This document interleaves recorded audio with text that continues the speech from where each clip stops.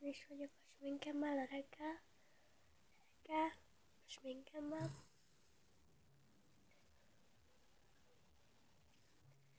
Nem tudom mennyire szép, de én nézem most ki. És akkor gyorsan öltözünk is át. És sokkal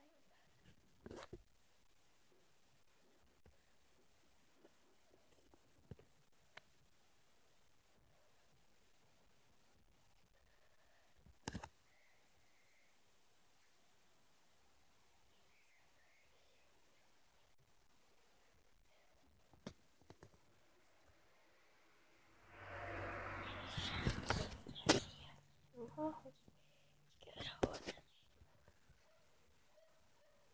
Nézzek.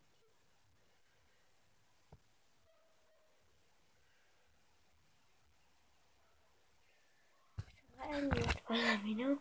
Igen, ez gyors volt reggeli. És minkem ugye ez elkészült. Ez nem videóztam le, csak azt, hogy átöltözök. De a sminkemet meg akartam mutatni, úgyhogy nézek most ki. Úgyhogy... Sziasztok!